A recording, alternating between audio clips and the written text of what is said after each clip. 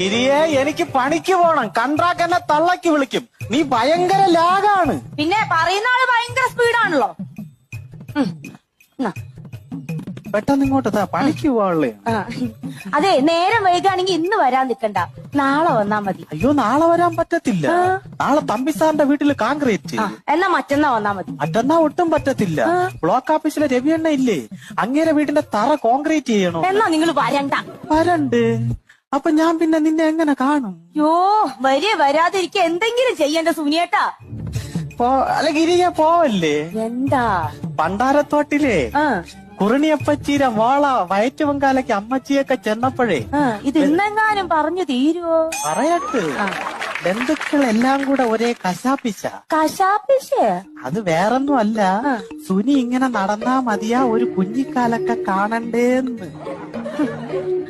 ആ ചോദിച്ചവരോട് ചെന്ന് പറയണം, സുനിയുടെ ഭാര്യയ്ക്ക് ദൈവശക്തി ഒന്നുമില്ല ദിവ്യഗർഭം ഉണ്ടാക്കാന്ന്. അതിന് ഞാൻ എന്തോ ചെയ്യണം ഗിരിയെ?